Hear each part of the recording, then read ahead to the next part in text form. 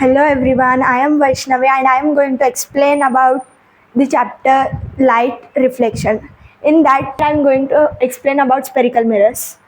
Mirrors whose reflecting surface is curved.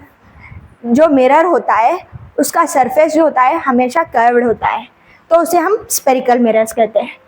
There are two types of spherical mirrors. They are convex mirror and concave mirror. तो concave mirror usually कैसे होता है कि जो अंदर से कर्व हो उसे कॉन्केव मिरर कहते हैं, और कॉन्वेक्स जो मिरर होते हैं बाहर से कर्व होते हैं उसे कॉन्वेक्स मिरर कहते हैं. Let us study about properties of concave mirror. Reflecting surface is curved inwards. जो रिफ्लेक्टेड पार्ट होता है ना, रेज होते हैं, जब हिट होता है वो अंदर से इनवर्ट्स होता है, उसे हम कॉन्केव मिरर कहते हैं. और properties of convex mirror. Reflecting surface is curved outwards. जो रिफ्लेक्टिंग सरफेस है वो आउटवर्ड से कर्व होता है, और जब रेस पड़ते हैं तो तभी वो डाइवर्ज होते हैं, मतलब बाहर से जाते हैं वो डाइवर्ज होते हैं.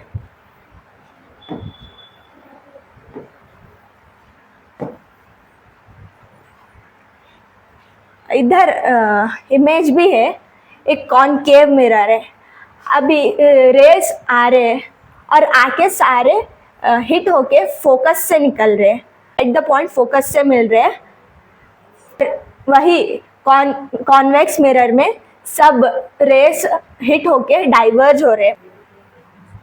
सो अभी common terms for spherical mirrors. जो कॉमन टर्म्स है स्पेरिकल मिरर्स में, पहला है principal axis, the line joining the pole and centre of curvature. Principal axis मतलब जो लाइन सेंटर ऑफ कर्वेचर से लेके पोल तक जो लाइन जॉइन होता है उसे हम कहते हैं प्रिंसिपल एक्सिस.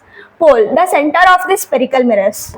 एक कॉन्केव मिरर है, जो सेंटर पार्ट है उसे हम कहते हैं पोल.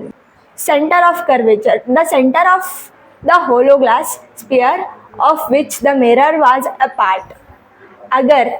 अगर इस मिरर को हम पूरा होलो ग्लास में कन्वर्ट करेंगे, जो सेंटर पार्ट होता है वो सेंटर ऑफ कर्वेचर माना जाता है. Radius of curvature, the distance between the pole and the centre of curvature. जो डिस्टेंस है सेंटर ऑफ कर्वेचर से लेके पोल तक, इसे हम रेडियस कहते हैं. Focus, the point on principal axis where all the parallel light rays actually meet or appear to meet after reflection. जो बिटवीन पोल से लेकर सेंटर ऑफ कर्वेचर के बीच में जो होता है उसे हम फोकस कहते हैं. जो सारे रेज होते हैं वो हमेशा फोकस से ही पास होते हैं. Focus is always half of the radius. Rules for making रे डायग्राम्स. Spherical mirrors. ये जो रे डायग्राम्स होते हैं बहुत ही आसान होते हैं. Just we have to learn how to draw it. A ray parallel to the principal axis after reflection will pass through the principal focus. A ray parallel to principal axis. जो ray है parallel to principal axis मतलब इधर से रे आता है और hit होके हमेशा फोकस से ही जाता है. ये हमारा फर्स्ट रूल है. और इसमें क्या होता है, कन्वर्ज होता है और इसमें सिर्फ डाइवर्ज होता है. A ray passing through the principal focus of a concave mirror. जो रे है प्रिंसिपल फोकस से जाता है, हिट होके पैरेलल हो जाता है, वो है हमारा सेकेंड रूल. और ये सेम प्रोसेस है कॉन्वेक्स मिरर में भी. आप देख सकते हैं ए रे फोकस से जा रहा है और वहां से ही पैरेलल हो रहा है. सेम प्रोसेस है वो कॉन्वेक्स मिरर में है. अभी third law. A ray passing through the centre of curvature of a concave mirror और directed in the direction of the centre of curvature. एक कॉन्केव मिरर है, अगर कोई रे सेंटर ऑफ कर्वेचर से जाता है तो हिट होके सेंटर ऑफ कर्वेचर से ही जाता है. और सेम ऐसे ही कॉन्वेक्स मिरर में भी होता है, सेंटर ऑफ कर्वेचर से जाके सेंटर ऑफ कर्वेचर से ही वापस रिफ्लेक्ट होता है. A ray incident obliquely to the principal axis towards a point P. The incident and reflected ray follow the laws of reflection. अगर एक कॉनकेव मिरर में रे प्रिंसिपल पोल से हिट होता है तो रिफ्लेक्ट बैक होता है और उसे हम लॉस ऑफ रिफ्लेक्शन भी कह सकते हैं।